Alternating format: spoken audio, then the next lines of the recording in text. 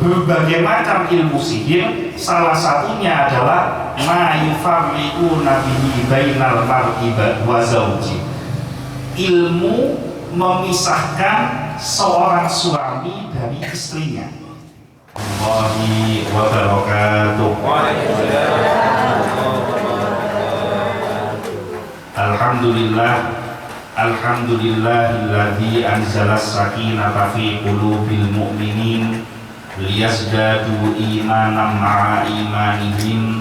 Asyhadu an la ilaha illallah wahdahu la syarikalah wa asyhadu anna sayyidana Muhammadan abduhu wa rasuluh la nabiyya wa la rasula ba'da.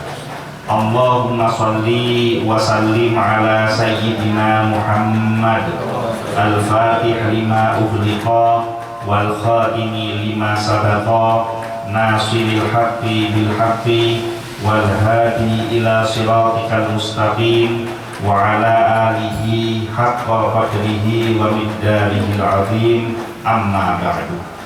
Kepada yang saya hormati para alim ulama, para kiai, para ustadz, para guru ngaji, tokoh masyarakat, kepada yang saya hormati segenap hadirin hadirat jamaah majelis zikir insan kamil, mudah-mudahan perjumpaan kita pada malam hari ini menjadi wasilah penyebab terkabulnya semua hajat dan keinginan kita, terhapusnya semua dosa-dosa kita, dan kita termasuk di dalam golongan umat yang mendapatkan syafaat dari Nabi Muhammad SAW. Mungkin sebagian jamaah yang hadir terlambat, kok malam hari ini beda. Biasanya mare mau siasin lanjut lagi dikir watibul hadat. Nah malam semangkin cukup tawassul saja, gelek arang sarang mau siasin tahlil, karena gula ngaon keikhlasannya sedejo saya hadir malam semangkin, karena malam semangkin tepatnya rosa almarhumah ini gula. Jadi moga bacaan yasin dan tahlil yang kita baca bersama-sama pahalanya sampai kepada almarhumah istri saya. Pada malam hari ini kita masih melanjutkan surat Al-Baqarah ayat yang ke-102. Insyaallah malam semangkin khatam Al-Baqarah ayat 102. Neka abdi sekitar para 4 bulan, sekitar 4 bulan kita membahas tentang Al-Baqarah 102. Jadi insyaallah pada pertemuan selanjutnya kita akan melanjutkan ayat yang berikutnya. A'udzu billahi minasyaitonir rajim. Bismillahirrahmanirrahim. Wattaba'u ma tatlus syayatinu ala mulki Sulaiman. Dan mereka orang-orang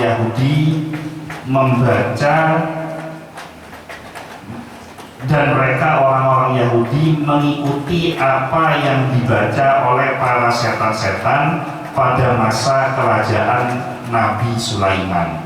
Seperti yang kita bahas di beberapa kajian sebelumnya, bahwa orang Yahudi mereka mempelajari ilmu sihir, mengesampingkan ilmu yang terdapat di dalam kitab Taurat. Sekadima ilmu sihir mereka peroleh dari para setan. Jadi di antara sekian banyak pendapat-pendapat yang kita kaji, saya paling masyhur mereka bahwa pada zaman Nabi Sulaiman alaihissalam para setan mereka membukukan ilmu sihir. Jadi sihir mereka egebai kitab. Kemudian kitab-kitab ilmu sihir mereka kolong pada masa kerajaan Nabi Sulaiman pengetek bebena singgasananya Nabi Sulaiman. Nah ketika Nabi Sulaiman wafat, para setan mereka melalui orang-orang Yahudi mengajak masyarakat yang hidup pada waktu itu untuk membuka singgasananya Sulaiman, Nabi Sulaiman. Sekadima dalam singgasananya Nabi Sulaiman mereka beda kitab-kitab sihir. Kemudian orang-orang Yahudi yang dipengaruhi oleh setan mereka memfitnah Nabi Sulaiman. Sekadima bahwa ketika Nabi Sulaiman berkuasa dengan segala kemampuan yang dimiliki dimiliki, mampu memerintahkan angin, bisa berbicara dengan bahasa binatang, bahkan mampu memerintah jin. Mereka bukan mukjizat, tetapi Nabi Sulaiman sedang menjalankan praktek ilmu sihir. Sehingga segelintir orang Yahudi yang dipengaruhi oleh setan ini menyampaikan, kalau Nabi Sulaiman mereka mempraktekkan ilmu sihir, maka kita semua juga boleh untuk mempraktekkan ilmu sihir. Nah, fitnah ini terus berlanjut sampai pada zaman Nabi Muhammad SAW. Jadi pada zaman Rasulullah, orang-orang Yahudi mereka masih mempraktekkan ilmu sihir dengan alasan bahwa asal muasal ilmu sihir mereka guruna adalah Nabi Sulaiman. Padahal beda, Nabi Sulaiman mereka benih sihir tapi mukjizat. Semua keajaiban-keajaiban yang dilakukan oleh para nabi ini adalah mukjizat dari Allah.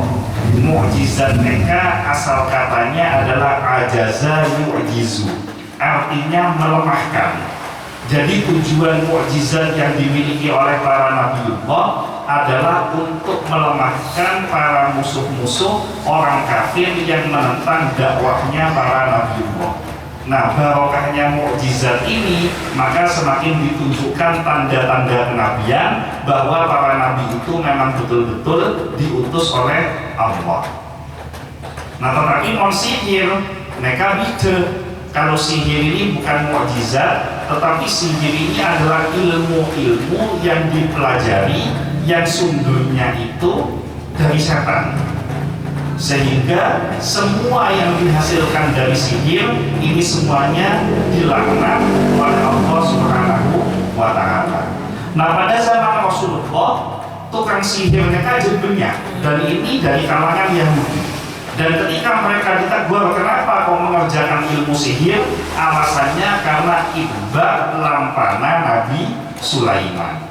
Maka turunlah ayat ini yang tujuannya adalah untuk membantah fitnahnya orang-orang Yahudi bahwa bukan Nabi Sulaiman yang mengajarkan ilmu sihir dengan kalimat wa ma kafara Sulaimanu walakinna syayatina kafaru yu'allimunan nasa sihra. Dan tidaklah Nabi Sulaiman itu kafir, melainkan setan-setan itulah yang kafir. Mereka lah yang mengajarkan manusia ilmu sihir. Jadi ayat ini penegasan bahwa Nabi Sulaiman alaihissalam bukan orang yang mengajarkan ilmu sihir, tapi para setan lah yang mengajarkan ilmu sihir. Apa makna pembelajaran yang bisa diambil dari ayat ini, dari kisah ini? Bahwa apabila dan gula salah kajunan sedeje saat ini diuji dengan fitnah, ada orang yang menyebarkan berita bohong tentang diri kita, padahal diri kita tidak melakukan perbuatan buruk sebagaimana yang disangkakan kepada kita, maka tidak usah diurus, tak usah ejepin, tak usah binaki, tak usah ereken. Kenapa? Cukup kita fokus kepada kewajiban kita, fokus melaksanakan ibadah kita, fokus perbaiki sholat kita, fokus perbaiki sodako kita, fokus perbaiki amalan-amalan kita, maka nanti insya Allah fitnah-fitnah yang dihasilkan dari orang yang zalim mereka, Allah sendiri yang akan meluruskannya. Sebagaimana yang menimpa kepada Nabi Sulaiman alaihissalam, Nabi Sulaiman tidak pernah meluruskan dirinya sendiri, tapi Allah langsung yang membersihkan namanya melalui ayat wa ma kafara Sulaimana walakinna syayatina kafaru. Kita lanjutkan kalimat berikutnya, wa ma unzila alal malakaini bibabila Harut wa Marut. Dan apa yang telah diturunkan kepada dua orang malaikat yang namanya Harut dan Marut berada di negeri Babilonia. Mereka pendapat tentang Harut dan Marut juga banyak. Kemarin kita sempat mengkaji dua pendapat. Sebetulnya sangat banyak sekali pendapat tentang Harut dan Marut, tapi di antara semua pendapat yang ada dari para ulama, pendapat saya paling masyhur mereka adalah asal muasal ilmu sihir mereka sama guna bumi dari setan. Asal muasal ilmu sihir mereka ini asalnya dari Allah. Allah memerintahkan dua orang malaikat namanya Harut dan Marut, diperintahkan untuk turun di satu negeri namanya Babilonia, semangken berada di daerah Irak. Jadi Babilonia mereka berada Irak. Ibu kota Irak Baghdad. Jadi impian mentero orang Irak kan jauh dulu nyeper ke Baghdad, keren-keren yang mendekat ke Baghdad. Pasar. Nah, Harut dan Marut ini diperintahkan oleh Allah untuk turun ke dunia. Tujuannya adalah untuk mengajarkan ilmu sihir. Nah, tetapi karena malaikat mereka sifatnya adalah taat kepada Allah, tidak mungkin menentang setiap perintah Allah. Nah, ketika diperintahkan untuk mengajarkan ilmu sihir, kita ocak mengajarkan ilmu sihir. Nah, ngocak Baghdad kita ambu ibu mereka bertabat belajar. Nah, sebelum mereka mengajarkan ilmu sihir, mereka diperintahkan oleh Allah untuk menyampaikan peringatan terlebih dahulu. Nah, apa peringatannya?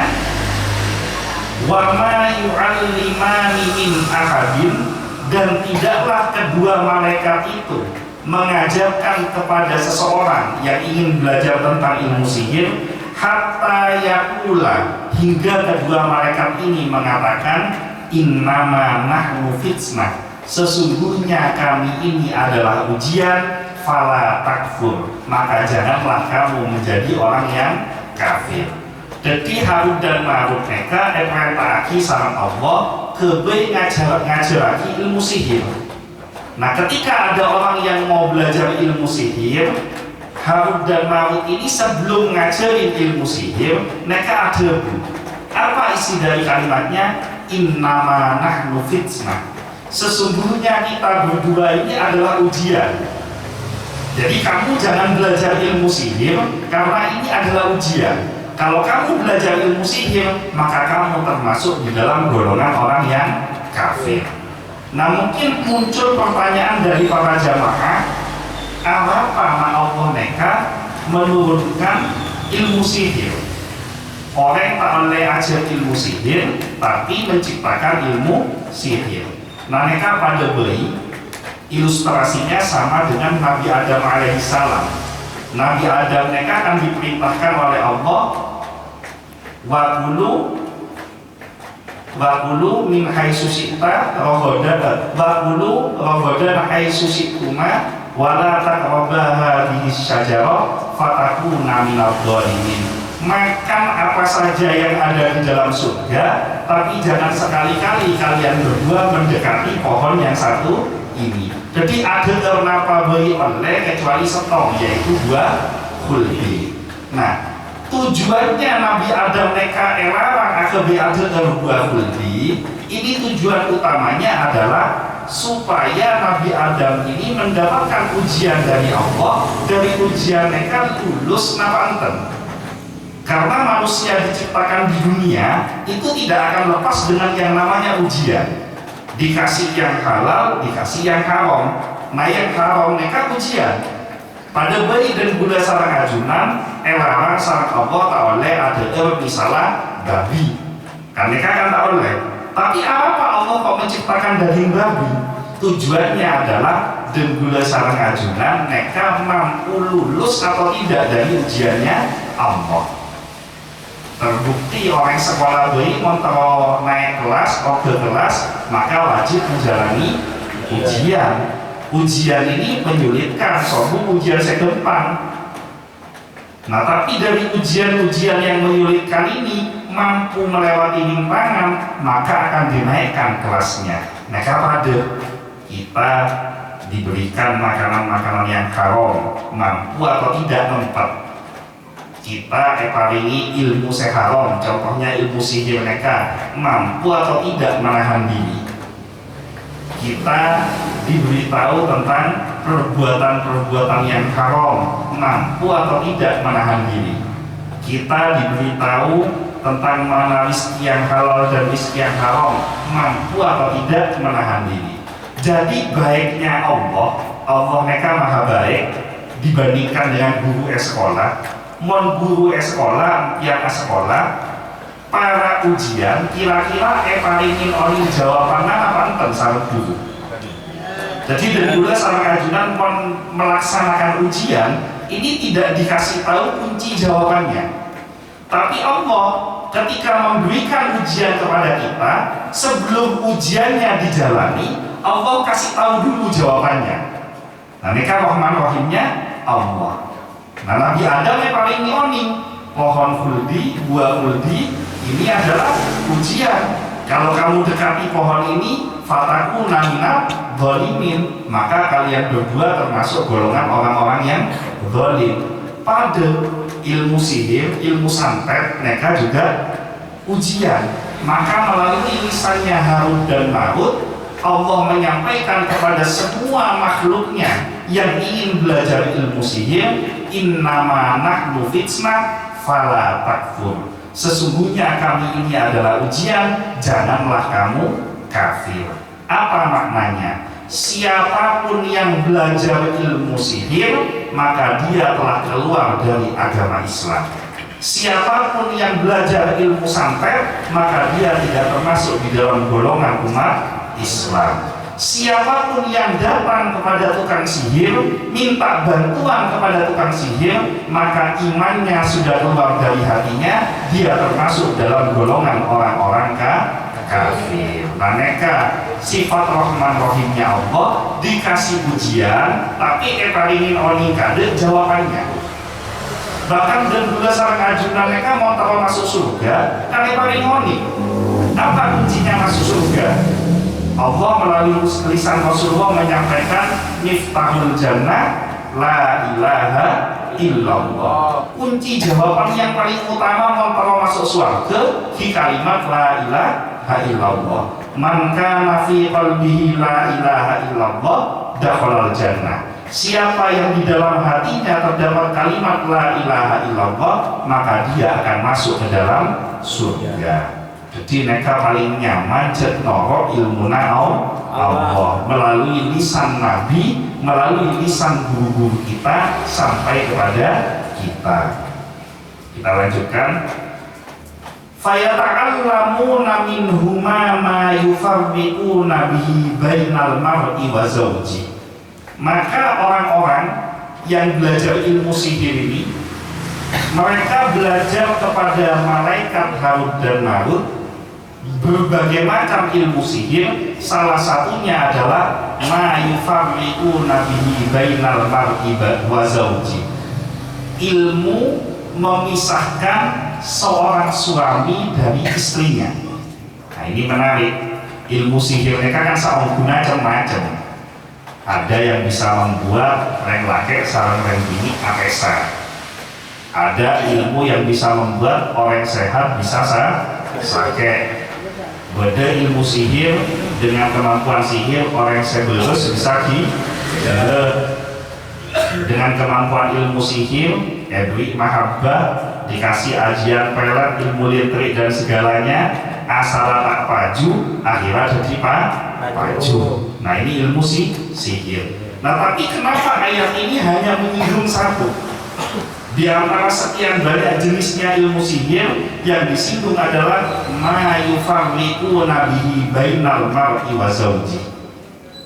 Ilmu sihir yang bisa memisahkan antara suami dengan istrinya. Alasannya adalah setan mereka paling takut beda orang mukmin yang keluarganya sakinah mawaddah warahmah. Setan ini paling takut dengan orang yang mampu menjaga keluarganya harmonis berlandaskan iman kepada Allah. Karena ketika seseorang menikah kemudian mengucapkan qabiltu nikahaha, maka statusnya sah sebagai suami dan istri. Mulai dari akad nikah sampai wafatnya, mereka sedeja kegiatan-kegiatan yang tidak bersifat dosa itu dinilai ibadah oleh Allah. Nah, setan mereka tak lebur ngabes orang ibadah. Bayangkan hanya memandang pasangannya dengan penuh cinta dan kasih sayang, itu sudah dinilai ibadah oleh Allah. Ada orang sarang mereka ibadah oleh Allah. Tedung apolong bareng tedung pun tedung, tidak melaksanakan macam-macam pun tedung acicil, ini sudah mendapatkan rahmat dari Allah. Maka setan mereka paling benci kepada orang yang mampu menjaga keluarganya harmonis. Nah, setan mereka golongannya ada dua, karena setan mereka kan maknanya syatona. Syatona ini artinya bisa bermakna buruk rupanya, bisa bermakna buruk perangainya. Nah, kalau buruk rupanya di golongan jin, kalau buruk perangainya golongan manusia. Jadi setan mereka bisa dari golongan jin, bisa dari golongan manusia. Dan Buddha Sarangajuna kan pernah pada ayatnya min syarril waswasil khannas minal jinnati wan nas. Jadi setan ini dari golongan jin dan manusia. Tapi membeda menosa pas jadi pelakor macam semakin. Napa pelakor? Ngalak adalah orang. Jadi pencuri laki orang, mereka pelakor. Berarti mereka golongan reng bini. Namun mereka kayak beda juga istilahnya, pebinor, pencuri bini orang. Jadi beda pebinor, beda pelakor. Mereka setan mereka. Jadi kalau ada orang suka merusak rumah tangga orang lain, ini termasuk golongan setan. Dan celakanya rata-rata orang yang senang merusak rumah tangga orang lain, mereka pasti bersekutu dengan setan menggunakan ilmu sihir. Mereka kebanyakan, entah mereka datang ke dukun atau mereka melakukan kegiatan-kegiatan itu sendiri dengan ritual-ritual. Jadi mungkin ngesteteh, misalnya sopung masalah, reng laki saling reng bini pun sopung masalah, pada masalah apa, terus tiba-tiba saling beji. Setelah gulina pasangan mereka salah rapi. Setiap kegiatan-kegiatan yang dilakukan pasangannya mereka coba rapi. Padahal sopung masalah apa? Nah, mereka ngesteteh. Bisa jadi mungkin ilmu sihir kon maksud impian kok capok nikola. Kita lanjutkan. Wa ma hum bidharrina bihi min ahadin illa biidznillah. Dan ilmu sihir itu tidak akan bisa mencelakai siapapun illa biidznillah, kecuali dengan izin Allah. Jadi ilmu sihir mereka kalau dia terjadi menimpa kepada seseorang, maka efek dari ilmu sihir itu atas izin Allah. Beda yang laki yang bini sihir awalnya rukun jadi atokar sampai pesa, maka berefeknya, bermanfaatnya ilmu sihir ini, terjadinya ilmu sihir ini itu atas izin Allah. Apa makna dari ayat ini? Makna dari ayat ini, sehebat-hebatnya ilmu sihir tetap lebih hebat ilmunya Allah. Bisakah seorang mukmin terkena ilmu sihir? Bisa nonton dan gula sarang ajunan cakap ilmu sihir? Bisa. Cek dan gula sarang empian cerek Rasulullah bayi cakap ilmu sihir.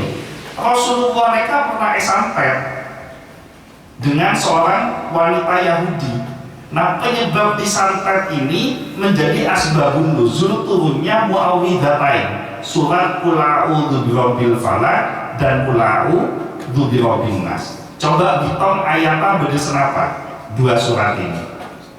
Insya Allah beda 11. Jadi dua surat ini ada 11. Ngakui kelam kina gula langsung alim.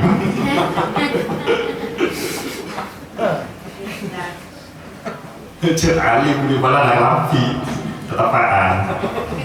Nah, Rasulullah mereka pada waktu itu disihir oleh wanita Yahudi. Nah, mereka cara sihirnya, karena ritual sihir mereka macam-macam. Nah, cara sihirnya itu adalah dengan mengambil sebuah kain, kemudian bukel sampai 11 ikatan. Jadi diikat 11 ikatan. Sehingga Rasulullah ini merasakan hal yang tidak nyaman pada dirinya.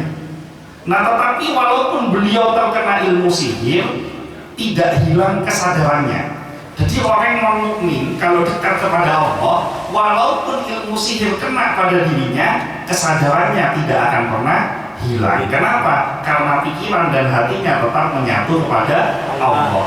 Dan dia peka, dia tahu ini betul-betul ilmu sihir atau tidak. Jadi orang mukmin mereka mengajak sarung dinina orang besar makena mereka oning mereka ajak karena perkara bab sihir atau karena beda masalah lain.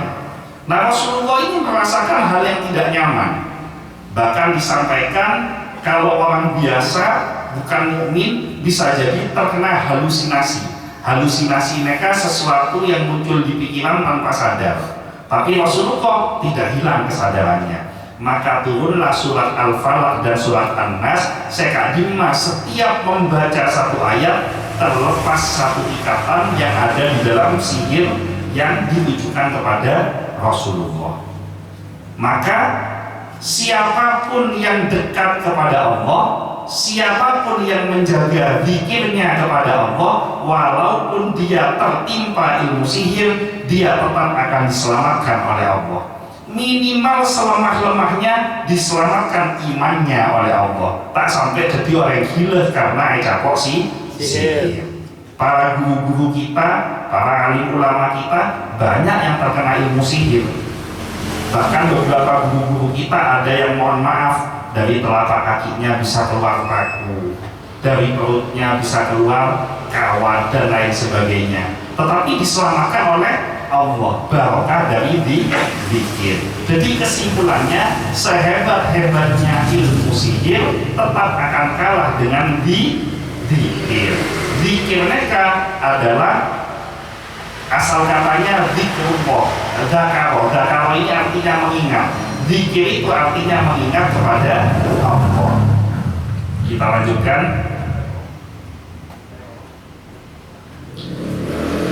Wa yatakallamu nama yadurruhum wala yanfa'uhum. Mereka itu orang-orang yang belajar ilmu sihir, mereka itu hanya belajar sesuatu yang mencelakakan diri mereka sendiri dan tidak memberikan manfaat kepada mereka. Jadi tukang sihir mereka mempelajari sebuah ilmu, ini sohum manfaat yang ada hanya kecelakaan kepada dirinya. Hanya ketika dia menjalankan ilmu sihir oleh Allah dikasih istighfar.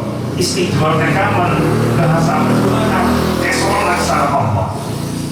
Ketika dia belajar ilmu sihir, rasa-rasanya semua yang dijalankan itu diberikan kemudahan.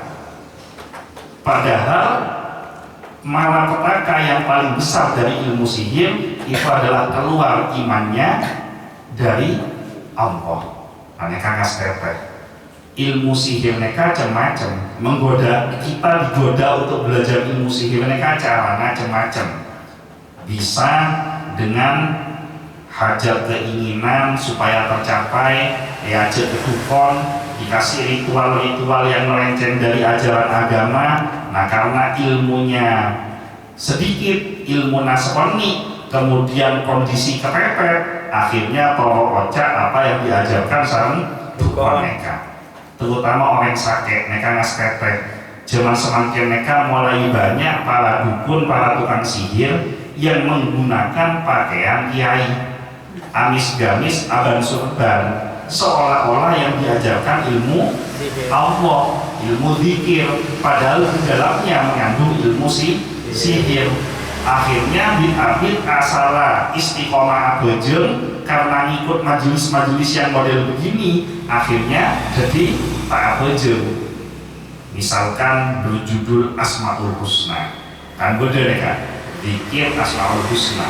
Gula pernah ngabes nih kan, koning TV, judulnya zikir Asmaul Husna, tapi isinya yang dibaca bukan Asmaul Husna. Jadi orang mereka ekobei kesambet, malah kesambet bentar macem-macem, malah bentar macem-macem, pas saya ajak bentar, saya tanya macem-macem, mereka bisanya nyaut, mereka mas tete. Ini bukan ilmunya Allah, ini ilmu sihir. Dan celakanya banyak umat Islam yang merasa ini ilmunya Allah karena berlabel Asmaul Husna, berlabel lafaz-lafaz Allah. Jadi kalau kita ingin tahu ilmu ini betul ilmu Allah atau tidak, mereka gampang. Entian menolak pengajian mereka, kira-kira semakin semangat Allah naranten. Semakin dekat. Kalau semakin semangat berarti menandakan itu pengajiannya bener. Kemon jauh, mereka gula nengali mereka majelis mereka. Laki sarung bini aku bisa apesa. Toka sampai apa sama beda. Saya laki nama Asmaul Husna, saya bini nama Asmaul Husna, pas apesa. Mereka memang sama nama pengajian, bisa apesa. Nah kenapa? Karena ilmu sihir yang diajarkan. Nah kenapa ilmu sihir ini kok kafir? Yang menjalankan ilmu sihir itu kafir karena semua ritual-ritual yang dilakukan, kita sudah kaji di dalam kitab tafsir Ibnu Katsir, bahwa semua ritual yang dilakukan ini semuanya menistakan agamanya Allah. Supaya bisa ilmu-ilmu sihir tertentu berritual etakon apasah. Alat-alat media yang digunakan untuk ilmu sihir, mereka suruh cari kuburan sebulong.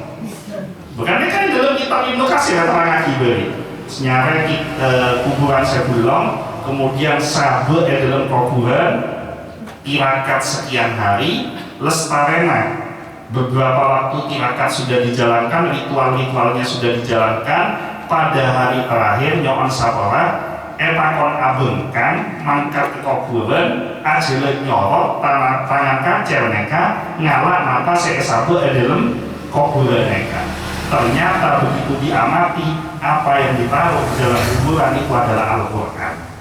Jadi Al-Quran mereka itu tojuin kade berritual-ritualnya, kemudian esabe dalam kuburan ajele nyorot abengkan ngalah tangan kacer. Mereka kan kafir mereka. Ilmu-ilmu sihir model mereka, semua ilmu sihir pasti menistakan agamanya Allah. Semua ilmu sihir pasti melecehkan Al-Quran. Semua ilmu sihir pasti mempermainkan ayat-ayat Al-Quran. Bahkan supaya bisa kebal, supaya bisa macam-macam, etakon bongkar kuburan, suruh cari orang-orang mata seburu pendem senapa are, sore kakan degingan. Kan pernah beda kasus sare kalambet, jadi menggali kuburan, kemudian dimakan dagingnya, daging orang yang mati ini dengan alasan supaya bisa kebal. Ini ilmu sihir. Kira akan orang apa sehat kan terkenal. Pikir kalau saya sebut namanya. Insya Allah mudah-mudahan oleh hidayah. Jadi orang saya soleh, mudah-mudahan semua dosa diampuni, bisa husnul khotimah. Jadi orang yang belajar sihir tidak ada manfaatnya, dia mencelakakan dirinya. Orang yang datang minta pertolongan kepada tukang sihir, maka dia bukan mendapatkan pertolongan, yang didapat adalah kecelakaan. Seolah-olah kelihatannya kehidupannya semakin baik, seolah-olah saja sogi, seolah-olah apa yang diinginkan didapatkan. Padahal dia sedang diesolak syarat Allah, ibarat bilis, ebrit gula yang banyak, akhirat sadar jadi mati karena gula.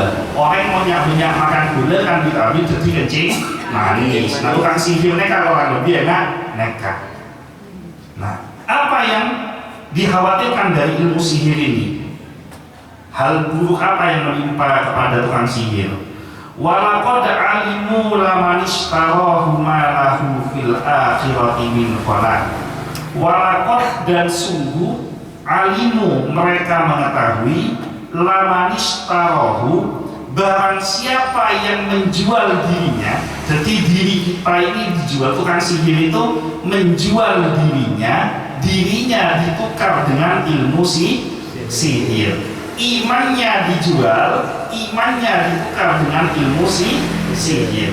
Nah apa bahayanya orang yang menukar dirinya dengan ilmu sihir? Malahu fil akhirati min khalaq. Tidaklah di akhirat dia mendapatkan kebaikan sedikitpun. Orang mengajar ilmu sihir senengnya sekejap. Misalnya contoh neka lemah-lem empian mimpi, mereka kata siman. Lemah-lem empian mimpi, beda orang ragu, muana genteng, wajahnya bercahaya, kemudian menggunakan jubah yang bersih, pas ngocak kemudian dalam mimpi mereka deki ben mon jaga dari tedung bental mereka songkat beberapa bental mereka beda keres keres mereka mon beda orang sakit cukup dicelupkan ke dalam air mereka yang nomaki saya sakit mereka bisa langsung beres pas kemudian lestari aja ke penasaran songkat bantal mereka ternyata beda keres kalah nabanten mereka ujian bodoh gula pernah membahas yang mereka kalah nabanten mereka ilmu sihir kayaknya paling yang pun belum tentu enten bisa kalah kapan boleh bisa soki sering lambat bodoh langkah-langkah ini etapor kelat pas nama bertoh preman betul mereka yang celup kaki ke air orang beres kompulen akhirnya terkenal sampai puluhan ribu orang benar datang dengan batu dicelupkan ke air. Nah akhirnya apa? Akhirnya orang sakit bukan yakin sembuhnya karena Allah, orang sakit yakin sembuhnya karena batu yang dipegang sama anak kecil setan pokelat dengan palang. Nah pada ini kejadian yang saya ceritakan mereka benar baru kali sebelum tiba ada orang jaga buka songkak jadi berkeresa. Nah akhirnya keris ini ketika dijalankan direndam di air yang sakit bersongkur berjalan sekian waktu jenabi jensoki nama mati orang sakit celok kaki keris beres kan mati nih kan dokter baik kan tak bisa sama langsung beres kan butuh proses akhirnya soki. Nah setelah kaya datang lagi orang yang bercahaya itu padahal mereka setan. Orang yang bercahaya menyampaikan kalau kamu kepingin keris itu tetap ada manfaat maka satu malam Jumat Kliwon pandiin keris nekangan kui kembang 7 warna kemudian okber menyan pas been harus punya keyakinan bahwa keris ini memiliki kuasa untuk menyembuhkan orang. Neka palang palangan apa? Palangan apa?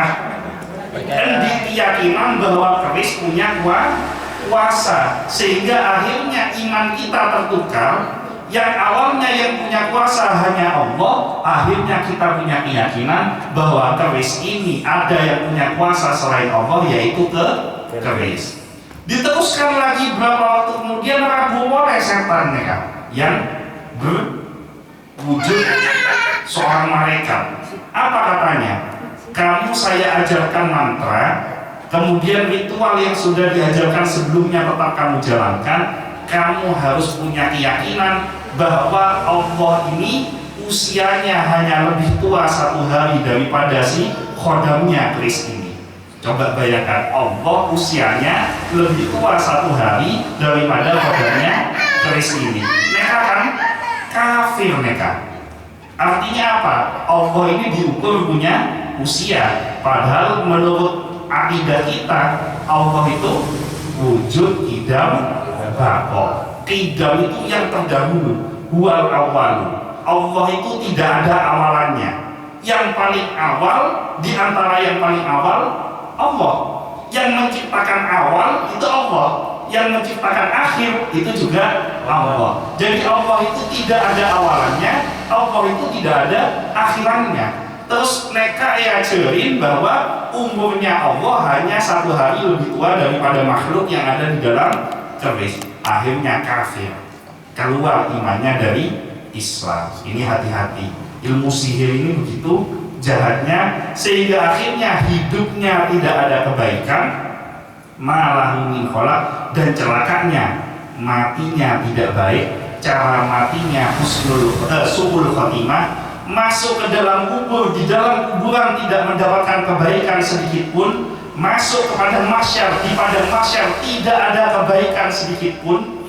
Waktunya hari timbangan amal baik dan buruk, tidak ada kebaikan sedikit pun yang menimpa pada dirinya. Lebet titian sirot mereka, tidak ada kebaikan yang menimpa pada dirinya, dan puncaknya dimasukkan ke dalam neraka. Tidak ada sedikit pun kebaikan yang diberikan oleh Allah kepada dirinya. Malahu min kholaq. Jadi sedikit pun tidak ada kebaikannya.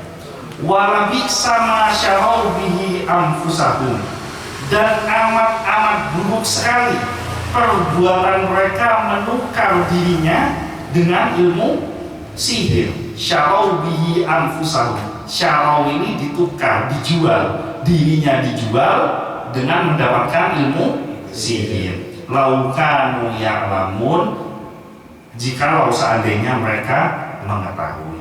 Maka kesimpulan terakhir dari ayat ini, yang pertama, jangan sekali-kali kita punya keinginan untuk belajar ilmu sihir.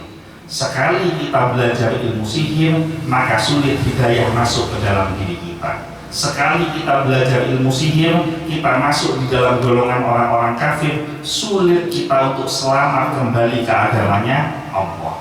Nomor 2, jangan sekali-kali punya keinginan minta tolong ke tukang sihir, apapun kendalanya. Misalnya pesena elang ragu ke tukang sihir, akhirnya ngalah aing ya abus di tengah air ternyata bisa kelihatan ya pesena beda emang wah saya ngalah, umpama begitu. Ini jangan sekali-kali. Kenapa? Karena ketika kita minta pertolongan kepada tukang sihir, maka kita sama dengan melemahkan iman kita, dan lama-lama kita iba kepada jalannya tukang sihir. Dan yang paling terakhir, kita harus belajar bagaimana caranya supaya selamat dari ilmu sihir. Karena kita tidak belajar sihir, kita bisa jadi korban ilmu sihir. Yang pertama, ilmu sihir ini bisa diatasi dengan cara ruqyah. Tapi ruqyah di ruqyah saya impian abus negara teku maca ayat kemudian apa mencela atau ya apa namanya berita atau beli serengka. Jadi ilmu maksudnya ruqyah itu bacaan-bacaan yang bersumber dari Al-Quran dan As-Sunnah. Apa saja ayat-ayat Al-Quran yang bisa menangkal sihir? Salah satunya adalah Qul huwallahu ahad, Qul a'udzu birabbil falaq, Qul a'udzu birabbin nas. Ini sunnah Rasulullah empian nama lagi sebelum tidur. Neka hadisnya sahih. Setiap empian para tebu ngalak wudhu kadek. Lestarena ngalak wudhu, tojuk ngadep kiblat, kemudian baca Qul huwallahu ahad 3 kali. Qul a'udzu birabbil falaq sekali, Qul a'udzu birabbin nas sekali, lanjutkan surat Al-Fatihah, mereka insyaallah hafal kaki, lanjutkan Al-Baqarah ayat 1 sampai 5, Alif Lam Mim sampai ulaika humul muflihun, lanjutkan baca ayat kursi, ditutup dengan 3 ayat terakhir surat Al-Baqarah, lillahi ma fis samawati wa ma fil ardh sampai wa'fu anna wa'ghfir lana warhamna anta maulana fansurna 'alal qawmil kafirin. Kemudian serok ke tangan, jadi ditiup ke tangan, usapkan ke satu badan. Ini hadisnya sahih, diajarkan langsung oleh Rasulullah. Mengentian di nakan-nakeni mare maos neka, diusapkan satu badan, serok oleh tangannya, pasapaki ke poterana saya tadi. Insya Allah ilmu sihir ini tidak akan masuk. Pertama. Kedua, lazimkan bacaan-bacaan zikir yang sumbernya dari sunnah Rasulullah. Salah satunya adalah Rotibul Haddad. Neka zikir Rotibul Haddad itu semua kalimatnya itu sumbernya dari Rasulullah, sumbernya dari Al-Quran. Ada kalimat Bismillahirrahmanirrahim la yadurru ma'asmihi syai'un fil ardi wala fis samai wa huwas samiul alim. Ini dari sabda Nabi. Ada a'udzu bikalimatillahi tammati min syarri ma khalaq. Ini juga menangkal sihir. Ada ya qawiyyu ya matin ikfi syarrul zalimin. Ini juga menangkal sihir. Bahkan tidak hanya sihir, orang yang zalim kepada kita, dia akan mendapatkan kecelakaan dari kezaliman yang dia lakukan. Ini barokahnya Rotibul Haddad. Nah, selain itu, kenapa Allah itu berfirman ayat pertama turun untuk menangkal sihir ini Qul a'udzu birabbil falaq. Kenapa maknanya al-falaq mereka? Beda seroni. Falaq itu artinya apa? Falaq ini artinya waktu munculnya matahari dan waktu tenggelamnya matahari. Ini falaq. maka bejena falak neka empian cetedung lestarena atau jeng sobu cetedung mulai dari mawe asar sampai mawe maghrib. Karena orang mentedung mawe sobu mawe atau jeng asar mawe atau jeng maghrib sihir mereka gampang masuk. Nah ini ada pendapat yang keliru. Jok tedung sampai tengah malam, montawa tak capok sampai klero. Lestarena aku jeng isa tedung tak apa. Kayak tahajud jaga biar. Jok betul sesempu. Masa marena isa kalau setengah beluk tedung tak juga boleh sampai palempat. Ampun tedung boleh. Kan palang. Jadi lestarena isa tedung tak apa. Yang penting jangan tidur habis subuh, jangan tidur habis maghrib, jangan tidur habis asar. Insya Allah sihir ini tidak masuk. Perbanyak bacaan Al-Quran, banyak baca ayat, perbanyak baca zikir, perbanyak ingat kepada Allah, perbanyak amalan-amalan yang dianjurkan oleh guru-guru kita. Mungkin itu saja yang bisa saya sampaikan. Mohon maaf, mohon malam semangkin mereka lanjeng karena memang ayatnya yang sangat panjang. Tapi mudah-mudahan yang panjang ini menjadi manfaat buat kita. Nah, boleh biar sedeja mereka ujiannya malam semakin banyak. Ojo cik rajuna, akan banyak sekopo gile. Nah, mudah-mudahan barokah istiqomah hadir di pengajian walaupun diuji dengan hujan, semuanya diselamatkan dari penyakit. Jadi ecapo ojen tak sakit.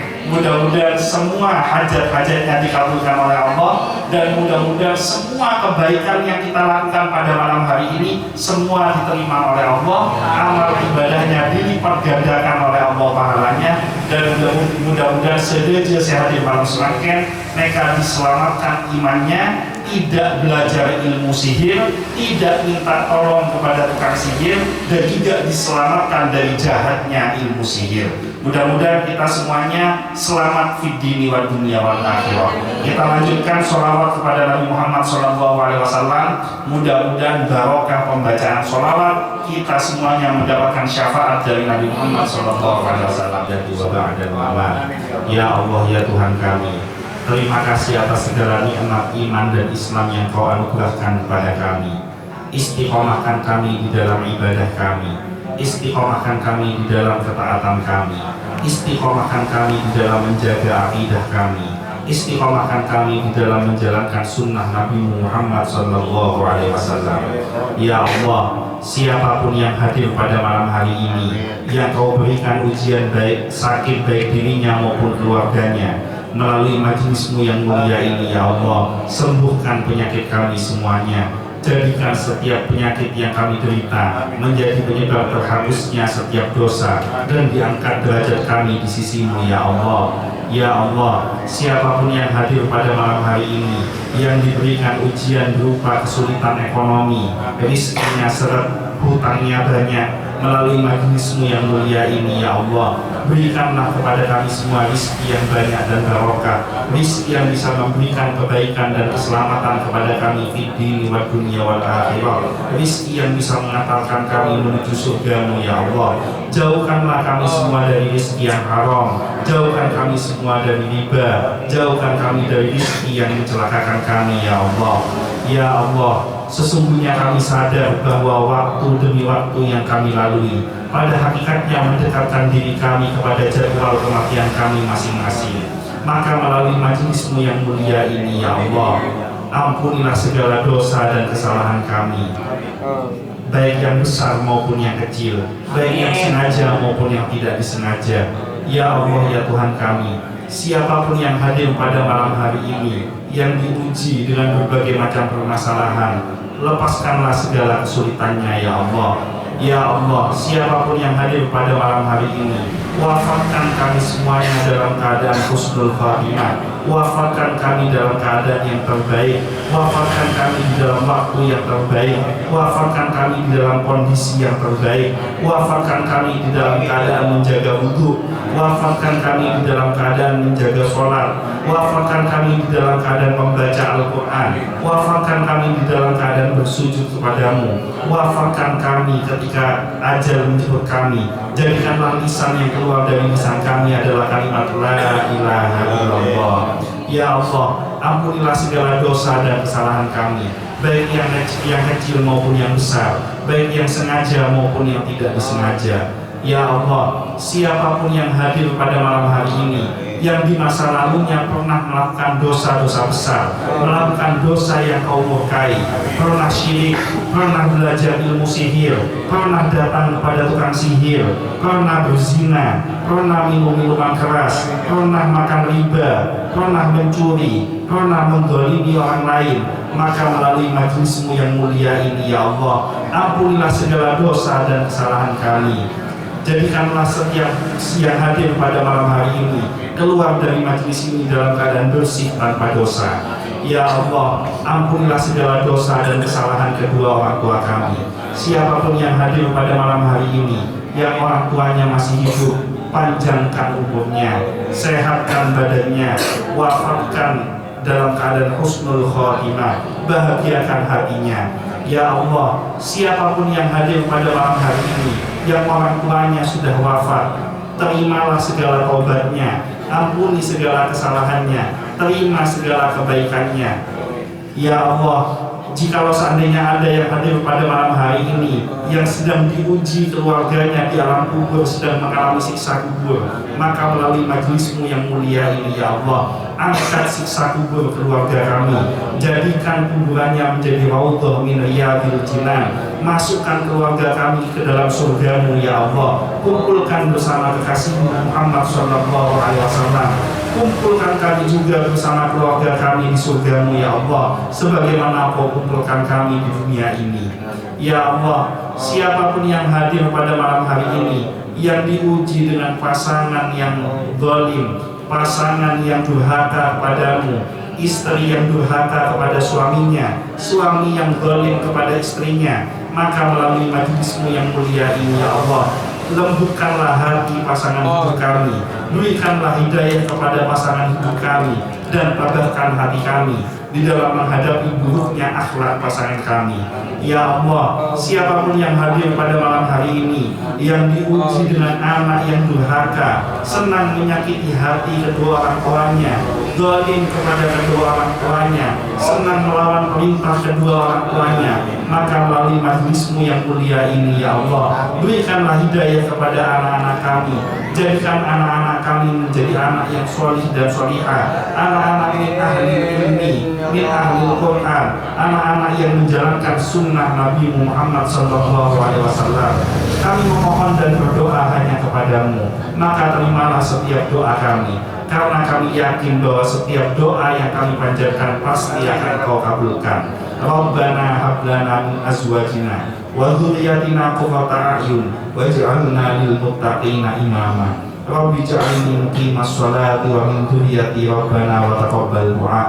Allahumma jamilna bil afiyati was salamah wa haqiqna bit taqwa wal istiqamah wa a'idna min mujibatin nadamah innaka sami'ud du'a. Rabbi fanfa'na bi barakatihim wa hdina husna bi hurmatihim wa amitsna fi tariqatihim wa mu'afatin minal fitani.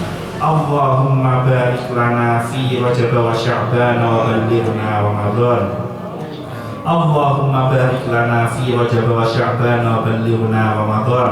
Allahumma barik lana fi Rajab wa Sya'ban wa ballighna Ramadan.